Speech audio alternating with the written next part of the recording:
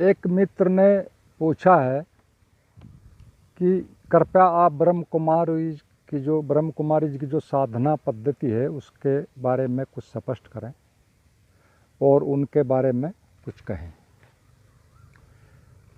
कई मित्र हैं जो ब्रह्म कुमार हैं और वो मुझसे जुड़े हैं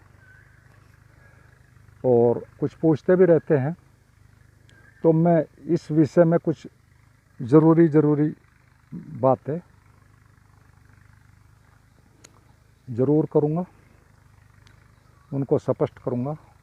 और मैं भी बहुत पहले 1970 से 74 तक ब्रह्म कुमारी जी में एक तरह से रहा था, परंतु फिर 74 के लास्ट में मैं ओशो से जुड़ गया था और फिर उसके बाद से मैं कभी उधर गया नहीं। सिर्फ एक बार एक मित्र ले गए थे मुझे, उन्होंने बुकिंग करा दिया था 95 के आसपास। तब मैं 7 दिन वहाँ एक तरह से एक VIP की तरह से गया था। उन्होंने मेरा डॉक्टरों की लिस्ट में नाम लिखा दिया था थोड़ा, तब मैंने वहाँ देखा था। तो इनके बारे में कुछ बताने से पहले मैं आपको थोड़ा सा सभी धर्म या संप्रदाय या संस्थाओं के बारे में कुछ मूलभूत बातें एक तरह से बताना चाहता हूँ, जिनके आधार पर एक तरह से ये संस्थाएं फलती फूलती हैं। मैं आपको बता दूं कि जो धर्म का असली सार होता है उसे तो बताने का सच में कोई मार्ग नहीं होता है, लेकिन फिर भी मजबूरीवश कुछ न कुछ कहा ही जाता है। और वह वास्तविकता तो जो सार होता है वह तो एक तरह से पाने वाले के साथ ही विदा हो जाता है। और फिर उसमें बाद में जो उसने कहा है उनको उनके अनुयायी एक तरह से अपने ही ढंग से उसको उनमें चीज़ें अपनी बना लेते हैं, उनके एक तरह से व्याख्याएं कर लेते हैं, अर्थ निकाल लेते हैं और फिर उसी के आधार पर फिर नए नए धर्म संप्रदाय एक तरह से बना लेते हैं। तो सभी धर्म संप्रदाय कुछ चीज़ों के आधार पर ही एक तरह से कम सफल या ज़्यादा सफल होते हैं, उनको थोड़ा सा हमें जानना एक तरह से ज़रूरी है। जैसे कि वे आपकी मनपसंद कल्पनाओं का कितना लाभ ले सकते हैं अपने काम में, आपको कितना सम्मोहित कर सकते हैं, कितने ढंगों से अलग अलग, और सस्ते में ही बिना साधना के आपको एक तरह से कितना कुछ दे सकते हैं, या कहो एक तरह से देने का भ्रम पैदा कर सकते हैं। और मनुष्य का मन एक तरह से हमेशा नया चाहता रहता है, उसका ये एक प्राकृतिक एक तरह से ढंग है हर वक्त नई चीज़ चाहना। तो उस हिसाब से भी वो आपको कुछ नया भी दे सकते हैं या नहीं, ये भी एक तरह से उनकी खूबी होती है। और फिर अगली बात है कि वो कितनी सफाई के साथ अपने को किसी अवतार के रूप में, जैसे कृष्ण का अवतार या राम का या किसी और का अवतार, इस तरह से वो पूरी तरह से आपको अपने पुनः अवतरण को एक तरह से समझा सकते हैं। ये चीज़ें जो मैंने 5-4 बताई, ये उनकी सफलता का एक तरह से आधार सूत्र होता है। अर्थात वो आपको एक तरह से एक भाव जगत में इनके आधार पर ले जा सकते हैं और फिर आपकी इस मांग और उसकी सप्लाई के सिद्धांत पर ही वह एक तरह से फलने फूलने संस्थाएं लगती हैं। और मैं अब आपको बता दूं कि ब्रह्म कुमारीज में भी दादा लेखराज ने कुछ परेशानियों से सबक लेकर, शुरुआती परेशानियों से जो उन्होंने लाहौर वगैरह में जहाँ से शुरू हुए थे वहाँ ली, फिर उन सब से सबक लेकर उन्होंने 1953 के आसपास अपने एक छोटे से संगठन को मैं एक तरह से उन चीज़ों को फिट कर दिया और फिर धीरे धीरे संगठन बढ़ता रहा, माउंट आबू में सेट हो गए और इस तरह भाव प्रधान होने के कारण उसमें जुड़ती गई और चलता रहा। 1968 में दादा ने कहा कि तुम सब मेरी खातिर अपनी अपवित्र चीज़ों को सिर्फ 8 साल के लिए छोड़ दो, मैं तुम्हें 1976 में संगम युग शुरू होने वाला है उसमें ले जाऊंगा और इस कलयुग रूपी वैशाल्य से हम सब उसमें चले जाएंगे। और फिर उन्होंने 1976 में युग परिवर्तन पर प्रलय की भी एक तरह से घोषणा कर दी थी और लोग 2 विश्व युद्ध पहले देख चुके थे, उन्होंने इस बात का काफ़ी यकीन भी कर लिया कि ऐसा हो सकता है, प्रलय आ सकती है, तीसरा विश्व युद्ध भी हो सकता है, कुछ इस तरह से होगा। पर हुआ यह कि न प्रलय न विश्व युद्ध हुआ, बल्कि दादाजी ने इस भविष्यवाणी के 1 साल बाद ही 1969 में शरीर छोड़ दिया हार्ट अटैक से। और फिर इसमें भी थोड़ी 2-3 बातें समझने की हैं। यह उन्होंने ये एक ही भविष्यवाणी नहीं की थी 1968 में, उससे पहले भी प्रलय की कई भविष्यवाणियाँ एक तरह से की थी और उनमें कुछ भी नहीं हुआ था।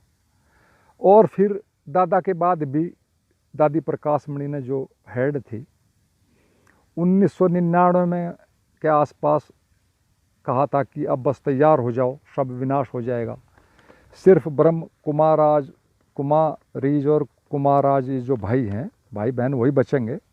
और फिर वहाँ पर माउंट आबू में एक तरह से उन्होंने सभी सामान भी इकट्ठा कर लिया था, और तो और सोलर पैनल्स भी बड़े पैमाने पर लगाए थे, क्योंकि प्रलय में तो सारी की सारी साइंस की जो सिस्टम था, वो यंत्र थे, वो नष्ट हो जाएंगे। लेकिन हुआ कुछ भी नहीं। फिर उनके बाद 2012 में भी शायद दादी गुलजार जी ने कुछ ऐसा ही कहा कि बस अब तो बटन दबाना ही है और एक तरह से तैयार हो जाओ। लेकिन फिर भी कुछ नहीं हुआ, न प्रलय न कुछ ऐसा हुआ। और अब 1936 की बात बता रहे हैं कि वो एक तरह से प्रलय आएगी। तो अब ये क्या क्या भविष्यवाणियाँ लोग कर रहे हैं, किस तरह से अपने को एक तरह से श्रेष्ठ समझते हैं, ओवर कॉन्फिडेंस में जी रहे हैं, समझ में नहीं आता। और कितना बड़ा झूठ चल रहा है एक तरह से ना समझ लोगों की वजह से ही। तो ये सब चीज़ें कुछ भी नहीं हुई, सारी भविष्यवाणियाँ एक तरह से उनकी गड़बड़ हो गई। और फिर कुछ और तर्क दे दिए गए, मानने वाले तो अंधविश्वासी होते हैं, उन्होंने फिर मान लिया और फिर संस्था का प्रचार प्रसार एक तरह से बढ़ता ही गया। और मात्र इसलिए ही उनकी बातें ज़्यादा चली कि वो बड़ी ही मनमोहक होती थी। और एक और बड़ी बात इस संस्था में हुई कि वो सब चीज़ें चित्रों के द्वारा एक तरह से समझाते हैं, बताते हैं। और ये एक बहुत बड़ा प्लस पॉइंट है ह्यूमन साइकोलॉजी का कि हमारा मन चित्रों की भाषा समझता है। हम चित्रों में ही सारी चीज़ों की कल्पनाएं करते हैं, उनको याद तक रखते हैं, सपनों में भी चित्र देखते हैं। और तो और हम शुरू में हम बच्चों को जो सिखाते हैं वो भी एक तरह से हम चित्रों के द्वारा ही सिखाते हैं। तो उन्होंने सारी चीज़ें चित्रों के द्वारा बताई और बड़े सस्ते में बताई, और सारा सिर्फ 5000 साल में सारी चीज़ें फिट कर दी, 4 युग कर दिए। जबकि 3000 साल तक का इतिहास तो पूरी तरह ही स्पष्ट है। वैसे तो 5 तक का है, लेकिन कुछ भी नहीं हुआ, न कोई युग परिवर्तन हुआ, न कोई बात हुई। 1250 साल में दोहराते हैं, कहते हैं चौका तो दोहरेगा, लेकिन कुछ भी ऐसा नहीं होता। लेकिन उनका जो सिस्टम है समझाने का, वो चित्रों के द्वारा, वो इतना एक तरह से मनोवैज्ञानिक रूप से है कि उससे आदमी बच नहीं सकता। वो एक तरह से एडवर्टाइज का एक सिस्टम है। और आप देखते हैं सारी एड्स भी चित्रों के द्वारा ही हम अपनी बिजनेस में भी, हमारे बड़े बड़े बिजनेसमैन लोग करते हैं, और आदमी उनसे प्रभावित होता है, उनकी एक तरह से सेल बढ़ जाती है। और सच्चाई तो पूरी ये है कि आदमी तो कभी कल्पनाओं से बाहर एक तरह से आना ही नहीं चाहता है। और यदि बाहर आता भी है तो फिर एक और गलती होती है, जो कि फिर वही मन का प्राकृतिक नियम काम करता है। उससे बहुत कम लोग इस बचते हैं अति वाली बात से। तो फिर वो दूसरी अति पर चले जाते हैं, बुद्धिवाद पर चले जाते हैं। यानी हर हाल में मनुष्य मन को अति पर ही जाना है, संतुलन में नहीं ठहरना है। जबकि अपने को जानना या आत्मोपलब्धि जो है वो तो एक तरह से एक बैलेंस है हमारे अपने मन का। और एक तरह से ऐसा है जैसे कि एक नट के रस्सी पर चलने जैसा एक तरह से एक साधना है। हर समय संतुलन को एक तरह से साधे रखना होता है।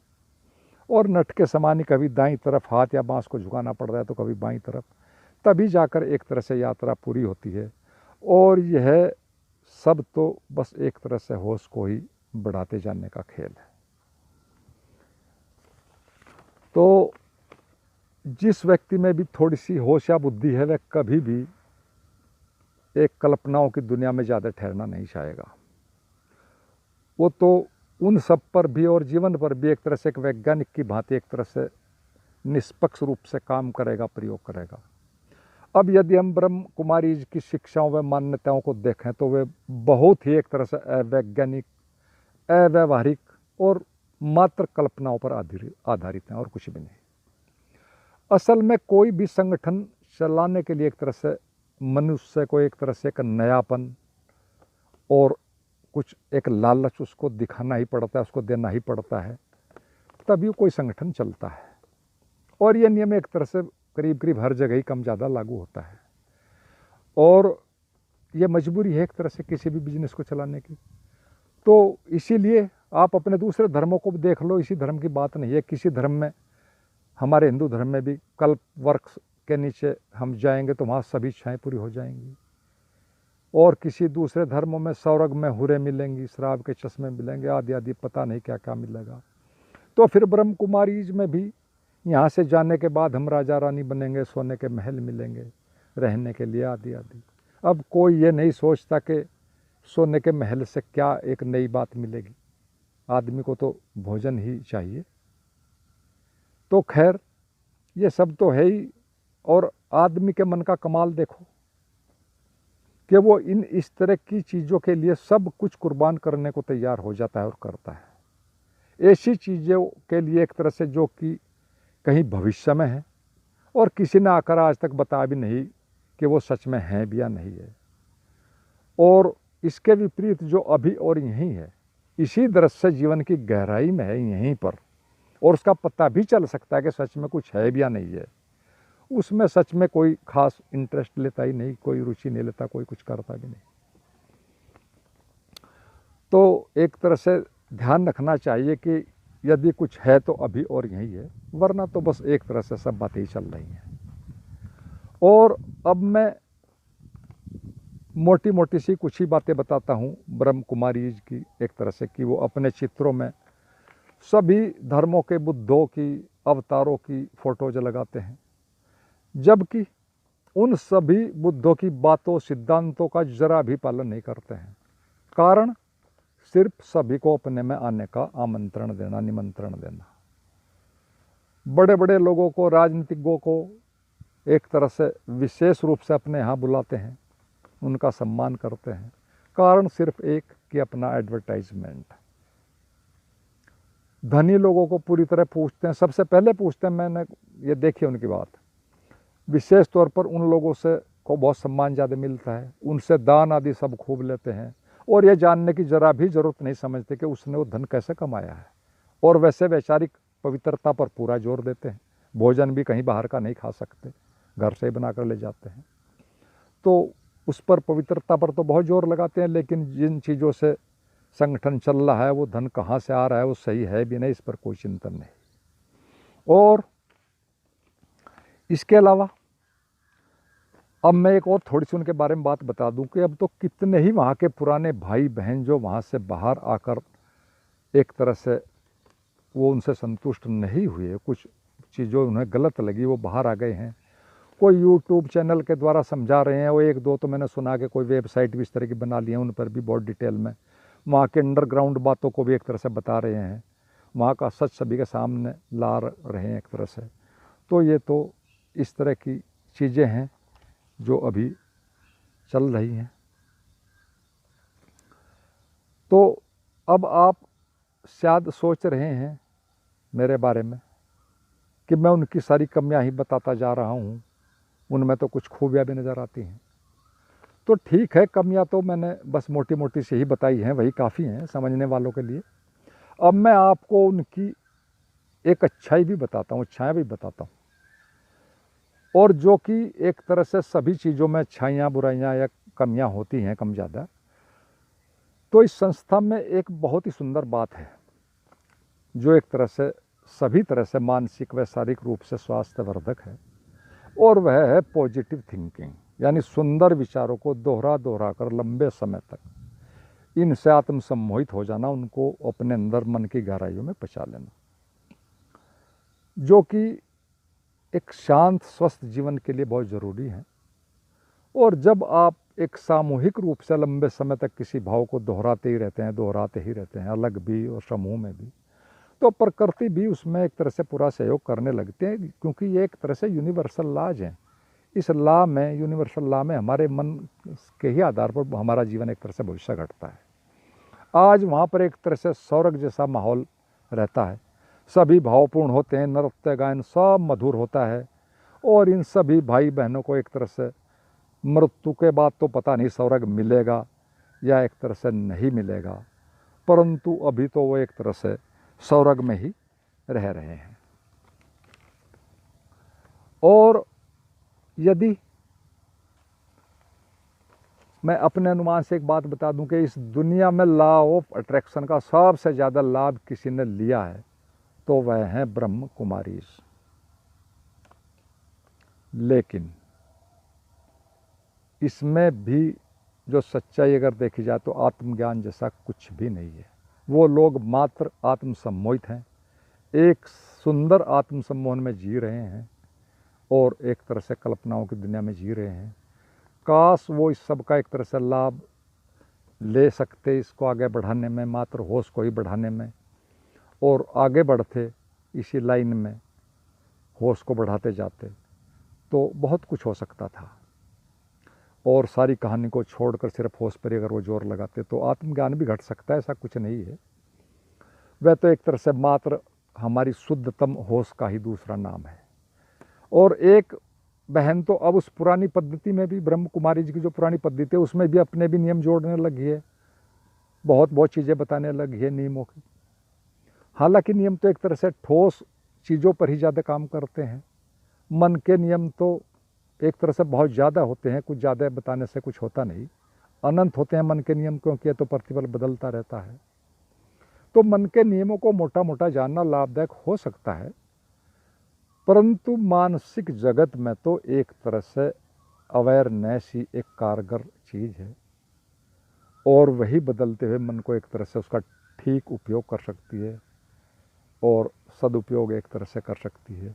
असली बात अवेयरनेस है और पूरा काम उस पर ही करना चाहिए। नियम तो एक तरह से कम ही ठीक हैं, वो ठीक हैं, जानना वो यात्रा के लिए लाभदायक हो सकते हैं।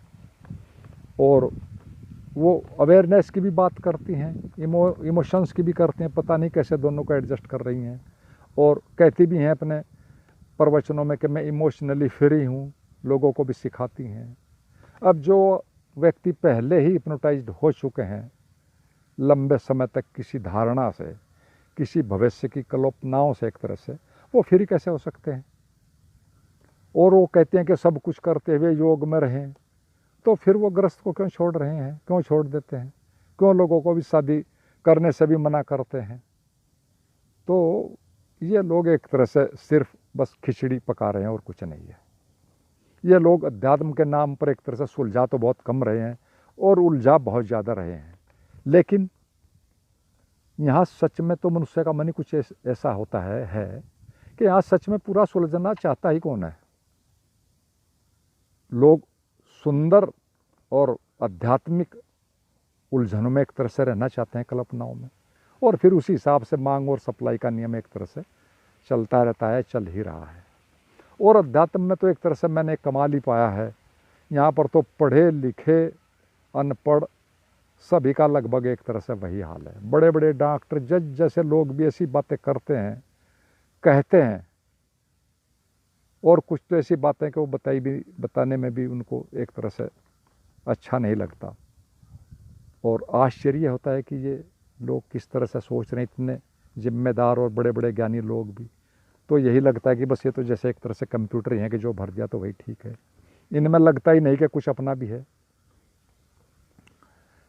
तो एक तरह से मनुष्य इमोशंस के आगे एक तरह से जाना ही नहीं चाहता है, और ये इतना भी नहीं सोचते कि इमोशंस हमारे एक तरह से अतीत का परिणाम है और कल्पनाएं भविष्य की सपनों की दुनिया है। वो दोनों अलग हैं। इमोशंस पीछे से आई हैं, पीछे के एक तरह से जीवन का निर्माण है, और कल्पनाएं सारी भविष्य के बारे में होती हैं। और सच में जीवन अभी और यहीं है, एक तरह से एक इटर्नल नाउ है, एक शाश्वत अब है। इसको अगर आप समझ गए तो कुछ हो सकता है।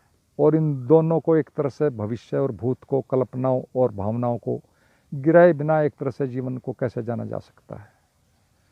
और सच में जब हम जीवन की गहराई में जाएंगे तो एक तरह से वहीं हमें सच का पता लगता है, और बाकी तो सब एक तरह से सारा का सारा एक तरह से मन का खेल ही है। और इमोशन के बारे में हमें थोड़ी और बातें भी जान लेनी चाहिए कि इमोशन सभी प्राणियों में होती है, अलग अलग सभी धर्मों में भी एक तरह से ऐसा प्रयोग किया जाता है, किसी में कम, किसी में ज़्यादा, किसी में इस ढंग से, किसी में उस ढंग से। तो फिर कोई धर्म गलत कैसे हो सकता है जब सब इमोशन पर ही चलना है, उसके बाहर आगे जाना ही नहीं है।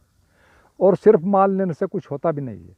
आप लगातार मानते रहें किसी भी चीज़ को तो मन इतना शक्तिशाली है कि उससे प्रक्षेपण के द्वारा पैदा कर देगा, आपको दिखा देगा, दिन तक में दिखा सकता है। ऐसे भी वैज्ञानिक प्रयोग हैं, दिन में ही सब दिखा देगा खुली आंखों, रात को तो सपन में दिखाता ही है। तो परमात्मा को तो मान कर पाना बहुत दूर की बात है। आप भौतिक चीज़ों में भी कुछ नहीं कर सकते, अपनी उम्र तक को कम नहीं कर सकते। हाँ, थोड़ा बहुत आगे पीछे स्वास्थ्य को तो बढ़ा घटा सकते हैं। और इस तरह की बातें एक तरह से कुछ हैं नहीं, बस सिर्फ धोखा ही है, अपने को देना और दूसरों को देना एक तरह से। और आज तक एक ही एक तरह से एक सर्वमान्य अनुभव है सारे अनुभवियों का, जो भी इस जगत में किसी भी देश काल में कहीं भी हुए हैं, कि जब तक मन को विदा हम नहीं कर देते हैं पूरी तरह, तब तक उसका पता नहीं लग जाता। वो तो सिर्फ पूरे मन को विदा करने पर ही जो रह जाता है सच में एक तरह से वही जीवन है। और वही सारा का सारा होश का खेल है। रहना जीवन में ही है। हमें होश में पूरी आ जाओगे तो एक तरह से आनंद को हम भोगेंगे इसी अस्तित्व के अंदर। बेहोशी में रहेंगे तो दुख और तनाव को झेलेंगे। रहना अस्तित्व के अंदर ही है। बात सिर्फ होश की और बेहोशी की है, जागरण और मूर्छा की है, और इससे ज़्यादा कुछ भी नहीं है। तो आशा है कि थोड़ा ये चीज़ें साफ हुई होंगी, और सभी मित्र इसको लाइक, शेयर, सब्सक्राइब करें। किसी मित्र को कुछ भी पूछना हो तो पूछ सकता है फ़ोन के द्वारा। और अंत में सभी मित्रों को मेरा प्रणाम।